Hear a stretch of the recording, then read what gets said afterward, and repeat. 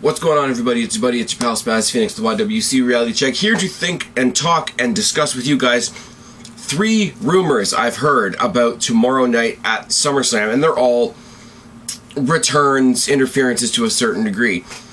All 3 of them I like. Any 3 of them that could happen I think would do great things going into the future, going into the brand extensions, going towards, you know, SummerSlam, WrestleMania, the bigger points of the year, this year and into next. I don't want all of them to happen, because that would be overbooking, and now that we have, you know, you guys saw my video yesterday, we now have 13 matches at SummerSlam, which is going to be a lot. It's going to be a long night. Just get rid of the Sheamus and Cena, or Sheamus and Cesaro match, that's the thing. I don't want all 3 of these to happen, because it would be too much of the same, if you get my drift. But here's the 3 rumors. I want you guys to toss it down in the box below. I don't think this will be a long video unless I ramble, as I'm known to do. The first one is that Bray Wyatt, who has not been booked for this show, much to the surprise of everybody, Wyatt could interfere in 2 different matches. Why is the phone ringing? Why is this a thing? Why?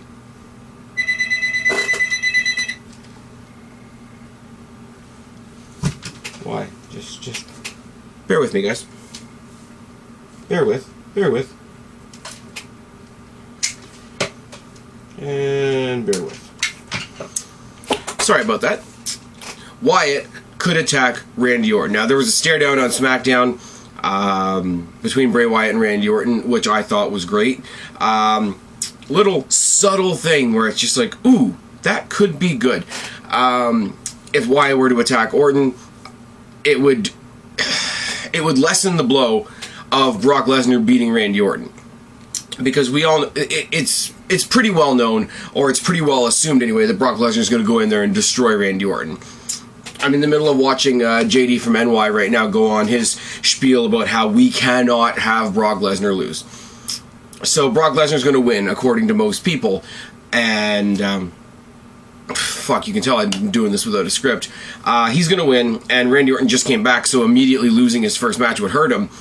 I think if he lost due to an outside interference, that could keep his head above water. It wouldn't be as much of a burial, so to speak, and it would give a high quality main event non-title feud for SmackDown, because right now the Randy Orton Lesnar thing is huge, but Lesnar's on Raw.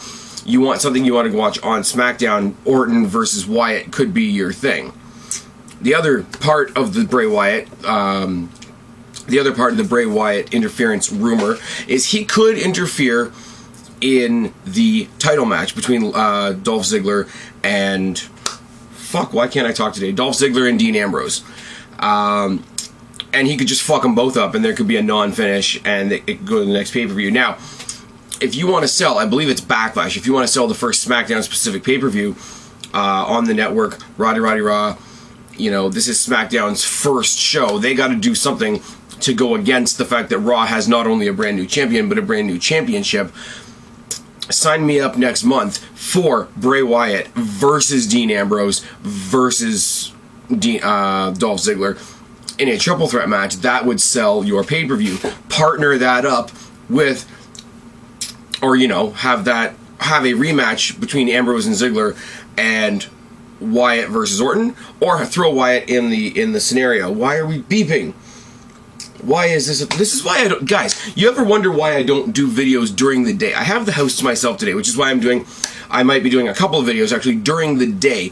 I usually do my videos, as you guys know, at ridiculous o'clock because of shit like this. I'm just putting that one out there. So, going into the next SmackDown pay-per-view, you could have Orton versus Wyatt. You could have Wyatt versus Ziggler versus Ambrose. Either one of those scenarios are great and would be a great start for the, as I say, the brand-specific pay-per-views and whatnot. Like I say, I don't have any notes, so I'm tripping all over myself. I just heard these in the past little while, thought I'd come up here and quickly give my 2 cents, but it means I didn't prepare very much at all, so sorry for that. Big one, for people that have been watching wrestling for a long time, is that the Brock Lesnar-Randy Orton match is going to be interrupted by Goldberg. Now, makes all kinds of sense. They got all kinds of history. Their match back at WrestleMania 20 is marred with so much I don't even know what to say. Like, it sucked. Like, if there was ever a match that should have been cataclysmically awesome, it would have been Brock Lesnar versus Goldberg. But neither, by the time they got to that match, neither one, you've heard them say it in interviews, neither one of them gave a shit about the match by the time they got there. They were both pissed off. The New York crowd, WrestleMania 20, was singing na na na na, hey hey hey, goodbye at both of them. Austin's gone on record on his podcast as saying if I had had the balls back then, about a minute into the match, I would have stunned both of them and walked out with a beer in my hand, which he should have done. But here's the thing. You got Goldberg that's back this weekend, I've heard, doing promotion for the game, calling out Lesnar. Lesnar, who is the poster child for 2K17, which I think is kind of funny, the year they make Goldberg the download. Everything points to these guys coming head-to-head at some point. And then people are saying, well, maybe they're just teasing that you can have Goldberg and Lesnar fight in the game. If that's all they're doing, that's a dick move on 2K's part. That's a dick move on WWE's part. Because as much as I don't want to see it, and I don't want to see Lesnar Goldberg again, it sucked 13 years ago. Why would you think it would be any good now? You got Lesnar, who's gone on record as saying he basically doesn't give a shit about us or the wrestling business, and he's there to make money. And you got Goldberg, who doesn't give a fuck about fuck. And they're older now by 13 years. Why do we want to see that? But at the same time, the marquee value and the bigness of it does have an appeal. It's like guys, I've said this a million times. I was at WrestleMania 18 in Toronto, in the Skydome. It was fucking phenomenal. Rock, Hogan, biggest spectacle you could possibly imagine. And, you get swept up in the moment. Me being there, it was the most insane thing I've ever been part of as a wrestling fan, and I'm not exaggerating when I say that. But if you go back and watch the match was shit. Realistically speaking, Hogan was old, Rock was The Rock, and he was charismatic as shit, so was Hogan. But as a wrestling match, it was bad. I don't go back and watch that match because I want to remember how great it felt rather than watch how bad it was, if that makes sense. I fear the same thing could happen here. Now, I get the marquee value and the excitement value and the pop and the circumstance to having Goldberg versus WWE loves to do the whole, this many years in the making, this many years later. Hogan and McMahon, 20 years in the making. They're bullshitting us that Lesnar and Orton is 15 years in the making, etc., etc., etc. I don't know why they're saying that Cena and Styles is 12 years in the making or whatever. I really don't get it. But that they'll want to do something like that. And if they did do this, I would enjoy the hype. I would enjoy Paul Heyman on the microphone telling us about these two gigantic beasts that are going to clash. It's going to be like two comets colliding or whatever you want to say about that. But I already know, in my heart of hearts, what this match looks like and that it's shit. So if the Goldberg thing happens tomorrow night on the SummerSlam, not SmackDown, not Survivor Series, cool, I guess. You see me pointing over there because that happens to be where my TV is. If you guys don't know, my TV is just right over there somewhere. I don't know why I did that, but whatever. I get it, and it'll be a cool story, and what it'll mean, if I want to give it a positive, the positive will be this. Randy Orton is a full-time superstar. Having him feud with a part-timer keeps him out of, being able to develop a real feud with anybody else. That's why I hope that the Bray Wyatt thing is true. What this will mean is that it'll be two part-timers going at it, so they won't have any residual effect on anybody else on the roster, kind of like when... what's a good example? Like when Triple H and Brock Lesnar fought. It didn't have any other effect on anybody else on the roster because they weren't fighting anybody else on the roster. I hope Randy Orton shakes this off, honestly, and goes into a feud with somebody that he can feud with week to week, because right now he's talking to air. I don't know. I really don't know about this one because on the one hand, you know how big it is, and on the other hand, you know how shit it's going to be. So I really don't know how I feel about that. And the last one, and the one that really, really gets really interesting, is the idea that Undertaker is going to attack John Cena at SummerSlam in his match with AJ Styles. Now, there's a whole lot of good that can come from this. First of all, AJ Styles is an asshole, so if Undertaker came out, cleaned John Cena's clock for some reason that they'd have to explain later on, Styles goes in and steals the quick pin. He could go on for months, because we know John Cena's going away for a while. He could go on for months and say that he beat up John Cena, and the crowd would just sit there and be like, fuck off, Undertaker did all the work for you. And that will work, and it'll be grating, and it'll be something that he can build on as a heel. He can take all the credit for what the Undertaker did. Undertaker can come and bitch slap him a couple weeks later, whatever. More to the point, John Cena, we know, is going away for a while. This could be how they explain him going away for a while. Him getting his ass handed to him by The Undertaker. Also, AJ Styles needs a win over John Cena, and this almost guarantees that. Also, we get what a lot of people for some reason want to see, and that's John Cena at Undertaker at WrestleMania. And I get it, once again, that it's the marquee value. You know, John Cena, the face that runs the place, basically the only thing he hasn't done is defeat The Undertaker, and people want to see that. But guys, and again, I say this hand on heart, I have nothing but respect for Mark Calloway, The Undertaker. But, like, take a look at the past couple of WrestleManias, man. Undertaker's looking old. And why is Undertaker looking old? Because Undertaker is old. And say what you want to say about John Cena. As a physical specimen, there aren't very many better than John Cena in the ring.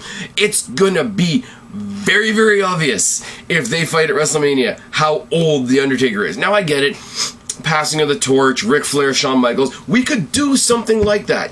And what scares me about that is if they're going to do something like that, they could give John Cena the win. They could give John Cena the win over The Undertaker at WrestleMania, and the wrestling crowd will crap their pants. Again, like they did for Lesnar. Lesnar shoulders all of that because he's a magnificent heel and because he has Paul Heyman on the microphone with him. But again, the bigness of it, like I said about Goldberg and Lesnar, the bigness of it, the marquee of it. Undertaker came back at SummerSlam, and that was a great moment. He plowed friggin' John Cena in the face with a punch and dropped him with a last ride or something like that. We all love it because we all blindly still hate John Cena. We build the marquee. You know, John Cena fucks off for a while. We all celebrate that John Cena's gone, even though it was really good when he came back this time around, wasn't it? And then we build to the huge marquee. You know, you got the last legend of the business, The Undertaker, versus the face that runs the place, the current hood ornament of WWE. That's huge. I will say, if they do John Cena versus Undertaker at WrestleMania, you have to make it the main event. And all due respect to any, you know, world, universal, intergalactic, whatever the fuck champions they have. If you do, I hate to say this, if you do John Cena versus The Undertaker at WrestleMania, you have to make it the main event. Because what the fuck is going to be bigger than that, other than if I get, you know, Triple H versus The Rock, which is what I want, but that's another story for another video. You would have to make this the main event of the show, which in and of itself means that your titles are not the main event, which makes everybody else look like shit, which makes everybody in the YWC bitch all over again. So I really don't know how I feel about any of this. But guys, tell me, what do you guys think? What do you guys think would be the best interference and story going forward? Does Wyatt attack Orton? Does Wyatt insert himself in the world title picture with Ambrose and Ziggler? Does Goldberg attack Lesnar? Does Undertaker attack Cena? What interference, if any? If maybe there's some of you out there that don't want any of these interferences to happen. Like, you know, interferences are bullshit. We need concrete matches. It's a big 4 pay-per-view. Rah. If that's what you think, put it down in the box below. If you want to see Wyatt versus Orton, tell me. If you want to see Wyatt inserted into the world title scene with Ziggler and Ambrose, tell me. If you, for some reason, and I'm not mocking anybody that disagrees with me because you're fully free to do so, if you want to see Goldberg versus Lesnar again, put it down in the box. But I will say, I will make a request. Please tell me why. Same thing with Undertaker versus John Cena. Undertaker versus John Cena, I get it. Because it would be huge. On so many different levels, it would be huge. If you want to see Taker versus Cena at WrestleMania, and then that starts off this weekend, if that's the interference you want to see tomorrow night, put it down in the box below and tell me. I think this opens up a world of different communications and conversations within the YWC, because we could take those 6 or 7 names and play with them creatively for the next year, couldn't we? I might not like all of these potential things, but any one of these things that I'm mentioning here would be huge if done properly. So Really love to hear what you guys had to say. I didn't think I'd be doing another video before SummerSlam, so thank you for that. Please continue to add your questions to the Ask the Phoenix Q&A, which I will be doing sometime next week, probably Thursday. I'm still not sure whether it's going to be a live video or not, and when I make that decision, I will let you guys know. But thanks for listening to me ramble. I've been Spaz, your YWC Reality Check. Subscribe up there, talk down there, start a conversation, keep all these conversations going. Don't be a stranger. I will talk to each and every last one of you later, but for right now, I am tagging out, guys. Have a good SummerSlam. Bye.